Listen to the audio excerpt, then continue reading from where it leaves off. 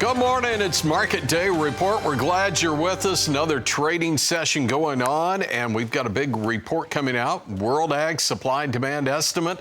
WASDE report comes out 12 p.m. Eastern.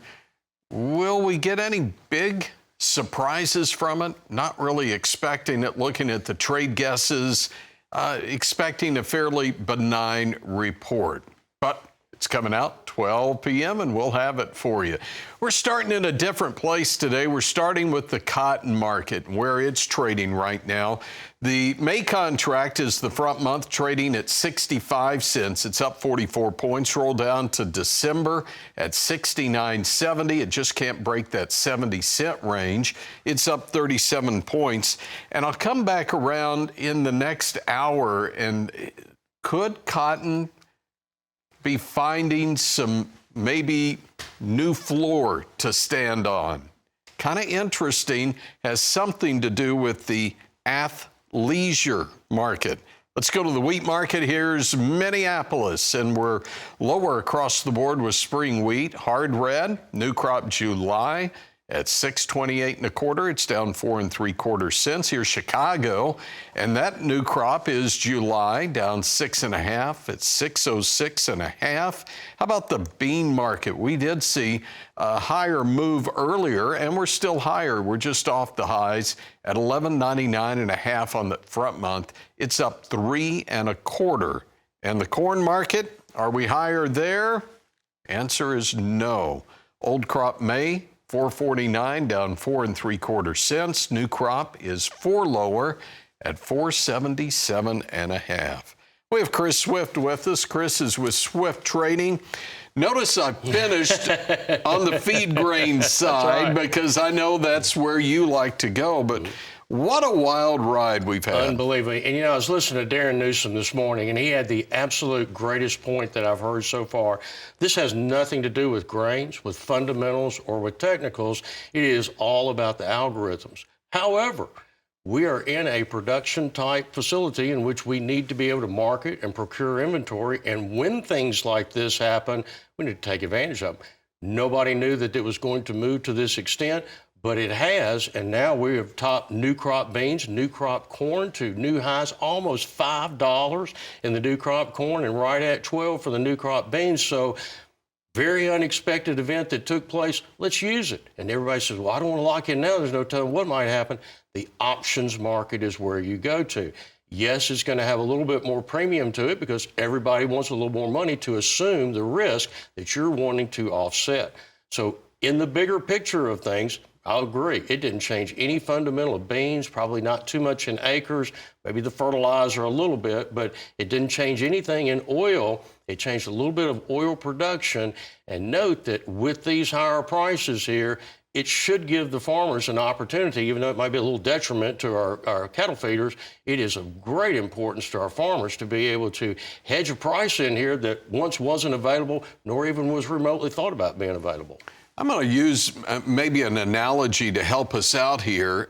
Again, it's kind of like pulling up to the fueling station and filling station. You're going to fuel up, and you look over, and diesel is 99 cents a gallon on the pump.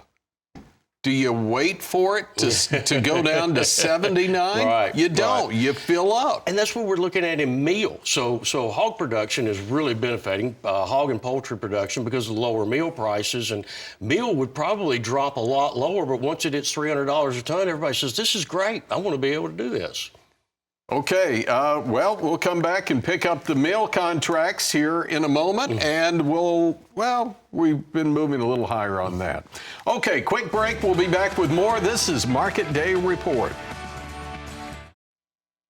It's Market Day Report. Okay, if you know anything about Emmons County, North Dakota, this next market might be for you, even though they don't hold the record anymore for most dairy farms or farmers or milk cows.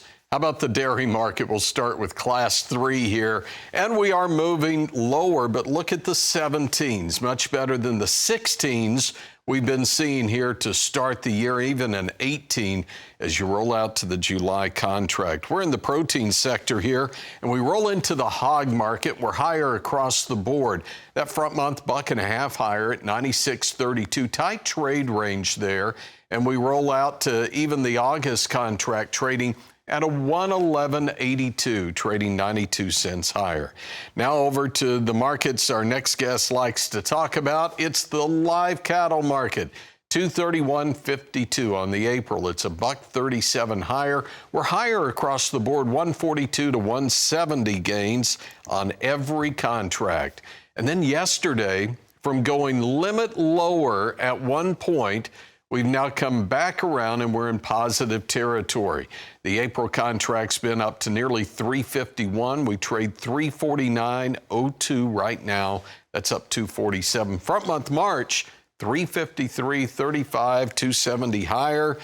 Are we chasing cash when it comes to the live cattle market, Chris Swift? Well, always in the futures, because the cash still leads the way. We saw 240, 242 in the cash markets with the fats last week. We're still trading at 365 and change in the feeder cattle index, so all carrying premiums. But if you look how those prices are discounted out into the future very deeply, we know expansion has begun. We know now we're probably 9 to 12 months, we'll start seeing the very first new calves going to be born. So we come into next year's production. Next year's production is already $20 to $25 less than what it is right now in comparison to the front end. And I likened it into what's happening in oil. Although these oil prices in the back end are $20 and $30 discount to front end, they're at contract highs.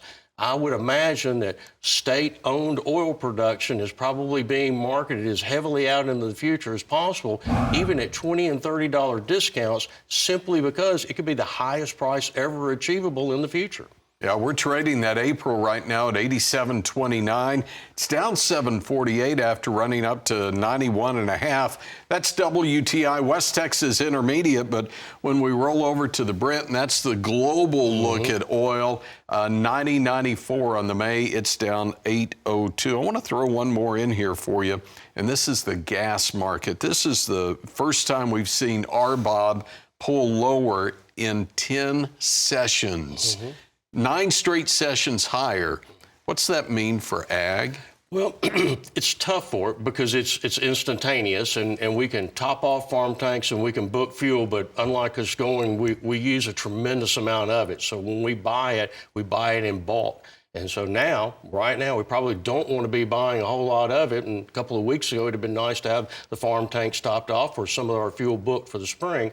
But really, when we look at that RBOB, we're looking at the consumer, and we're up 80 cents at my retail pump just in the last 2 weeks, and that caught my attention. And then when I filled up on Sunday afternoon at that higher price there, there's about a $9 difference in there. So that's what impacts the consumer. Yeah, that harbor, you look at the New York harbor, and we're talking diesel here. Yeah. And diesel, that thing's been just screaming higher. Well, it's led the way because military action is what takes diesel. Jet fuel only being one process less, refining process less than what diesel fuel is. So all of it hinges on military actions. So I'll bring us back to one more market here, and this is bean oil. Is that what's helping? Absolutely, a great benefactor from it, from our biodiesel fuels on there, and it made new contract highs and soared. It backed off a little bit too, and I've heard it mentioned more than once.